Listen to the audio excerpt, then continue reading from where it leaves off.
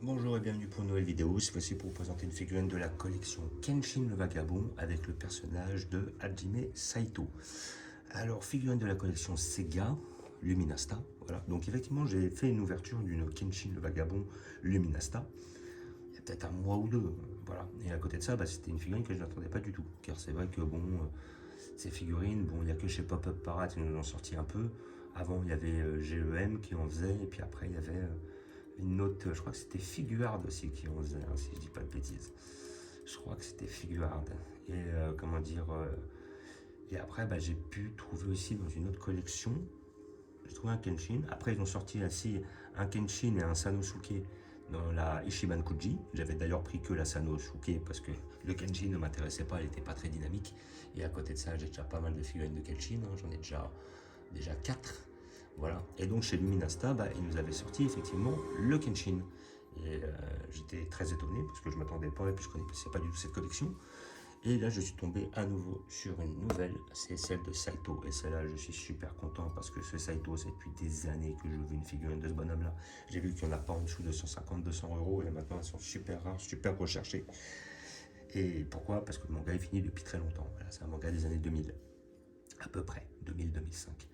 Et et franchement, là, ils nous ont sorti un Saito. Ah, ils ont fait fort. Là, franchement, là, s'ils continuent dans la lancée et qu'ils nous font un Aoshi, elle sera trop belle. Alors, il n'y a que ceux qui connaissent, hein, qui savent de quoi je parle quand je parle de ces gens-là. Donc là, on va dire, voilà, collection Luminasta, Hajime Saito, c'est marqué ici. Là, on le voit, justement, en train de dégainer son sabre. J'aurais aimé qu'il le fasse dans la position du coup de croc, hein, ouais, c'était le coup de croc qui s'appelait en français. Après, je ne sais plus comment s'appelait cette technique, le gâteau dessous. Voilà, ça c'était la technique qu'il avait justement. C'est la technique avec le sabre devant, voilà, un petit peu pour attaquer avec une pique l'adversaire. Et cette technique, c'était sa technique de prédilection. Voilà, donc là on l'a badass en train de retirer son sabre. Voilà, donc pas mal. Prêt à en découdre. Voilà, figurine que j'ai payé 24,99 €, 25 €. Donc c'est pas excessif, surtout s'il y a des fans. Voilà, donc hop, je vais voir ce que ça donne. Parce que je vais la découvrir en même temps et je l'ai même pas vu en vitrine. Donc celle-là, je ne sais pas ce qu'elle donne.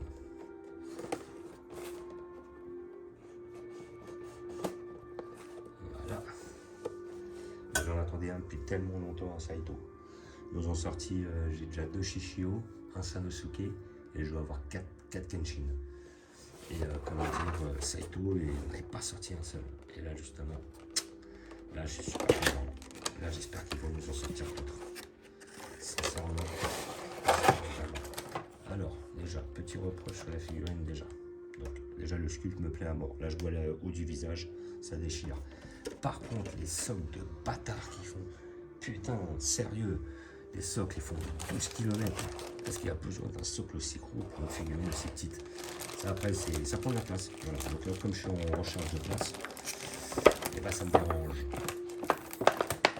Là, donc, nous allons retirer le socle dans un premier temps. Je vois que c'est mieux de prendre le couteau carrément. Yo.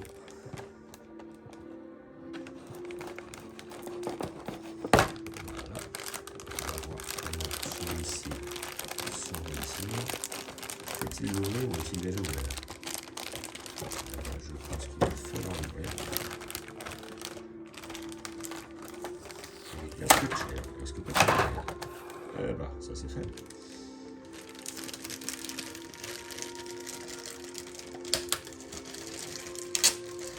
Ah ouais, mais le socle, il y a des effets aussi dedans. Ah ouais. Ah ouais, oui, mais peut-être comme celle de Kenshin aussi, c'était peut-être le cas. Ah oui, effectivement, on a le socle avec déjà l'énergie dedans, ou le sort de flux. Voilà, pas mal, c'est pas mal. Ça rajoute un petit détail, c'est pas mal, c'est un parti pris de cette collection-là. Ouais, c'est bizarre. Oh, on dirait du plastique sur des pâtes à modeler. Ouais, c'est bizarre, ça bouge. Comme vous voyez, c'est du plastique mou. Voilà, c'est pas du plastique dur. D'un côté, ça se cassera bien. C'est bien. Il y a la limite de la colle. Enfin bref. Hop, je le pose et après nous allons voir la bête. Alors, le deuxième problème que j'ai avec ces figurines-là en général, c'est que c'est pas les socles qui ont des pointes, c'est les personnages qui ont des pointes. C'est-à-dire qu'on est obligé de les mettre sur le socle, même s'il fait 15 km. Alors que quand justement, c'est les pointes qui sont dans le socle, tu peux retirer le socle, et la moitié du temps, le personnage tient tout seul. Ça, c'est un très très gros dommage. Donc là, voilà, nous avons nos deux pièces, nos deux parties. Et nous allons les emboîter. Et là, franchement, le petit Saito, il est bien fait. Franchement, il est beau, il est propre. Ah, franchement, moi, je trouve qu'il déchire. Surtout, je suis content de ne pas en avoir un. Enfin, d'en avoir un. Je n'en avais jamais eu. C'est un personnage d'anthologie, un de mes persos préférés du manga. Même si ce n'est pas le perso préféré. Voilà. Et franchement, il est beau, il est propre. Ah, franchement, ils ont fait du bio. Ils ont fait du beau. Les petites mèches dans le vent, là. Je sais pas si on les voit. Les petites mèches dans le vent, le petit sable qui sort. La tenue, elle est bien faite, fidèle au perso. Un petit côté mat. Le sable qui ressort comme ça. Voilà, après en découdre Hajime Saito.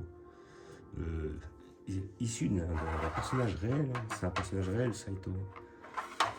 Alors moi, je pense que ça va être plutôt... Quand je vois les jambes... Ah ouais, ça va être comme ça. Non, c'est plutôt... c'est pas évident, c'est pas évident. Non, moi je vais plutôt alors ça.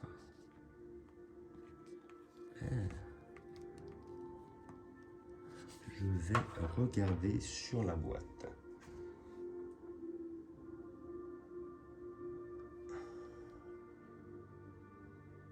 Ça, c'est sur la jambe arrière. Donc là, la jambe arrière vient s'emboîter comme ça. Voilà. Et lui va aller là. Donc ça s'enlève. Non, ça s'enlève pas. Donc on est obligé de mettre le perso après.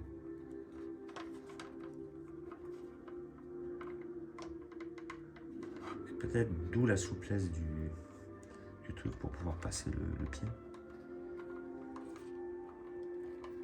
Je pense aussi. Je trouve pas ça évident en fait. Je trouve pas ça si évident. J'en ai mis un. Je vais mettre le deuxième dans la foulée. Voilà, j'ai entendu le cloc. Voilà, là ça donne un petit peu plus. Voilà. Un petit. Voilà notre perso.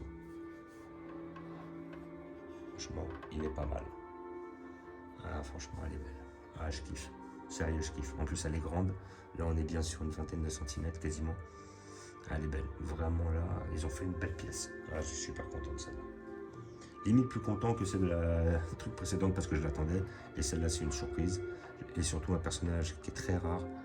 Vraiment, il est bien fait. Le visage est bien fait. Là, je vais la prendre de plus près. Donc, on a ça au niveau du socle. Voilà, comme vous pouvez voir, c'est pas mal. Ça donne un petit style. Et là, après, on a son déguisement qui est bien fait. Son petit regard. Voilà. Peut-être même un petit peu plus... Parce qu'il a l'air vachement jeune, en fait, là. Mais normalement, il est plus vieux dans le manga. Il est bien plus marqué au niveau des cernes. Donc, il a un teint un peu plus livide. Et il a des traits un petit peu plus tirés. Voilà, il fait un peu plus vieux, quoi. Là, il fait jeune. Mais bon, sinon, après, c'est pas dérangeant en soi. Là, sinon, la figurine est quand même très bien faite. Le visage est bien fait. Le fait qu'il sorte le sabre, franchement, celle-là, je trouvais bête. Vraiment content de cette acquisition. On m'a pas coûté cher, en plus de 25 €. Rien à dire. Pour tous les fans du manga, hein, il en existe, hein, des anciennes générations. Là, ils ont sorti ce personnage-là. Franchement, elle vaut le coup pour 25 €. Elle est superbe. Là, après, on peut lui mettre le Kenshin en face, le Shishio à côté. C'est de la bombe. Voilà. Donc, j'ai prévu une place pour lui. Je pense que j'ai prévu. Je vais vous montrer où je vais la placer.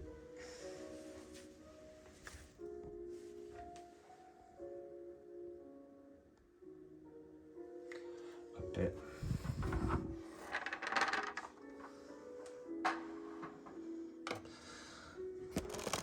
Yallah.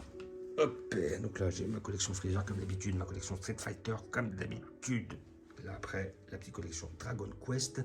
Là, mon petit tronc commun. On peut trouver du Ken le Survivant, Nicky Larson, Cobra, Bastard, Vagabond, Chevalier du Zodiac, Olivier Tom. Enfin, tout Club Dorothée, quoi. Et après, Quand on remonte plus haut, c'est là où on arrive sur mon petit côté Goldorak, où j'attends la Goldorak touche métallique de chez Figure de Zéro.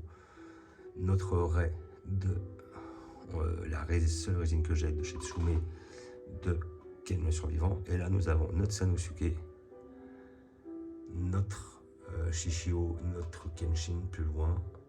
J'ai un autre Shishio devant et tout le reste, c'est du Kenshin. Voilà.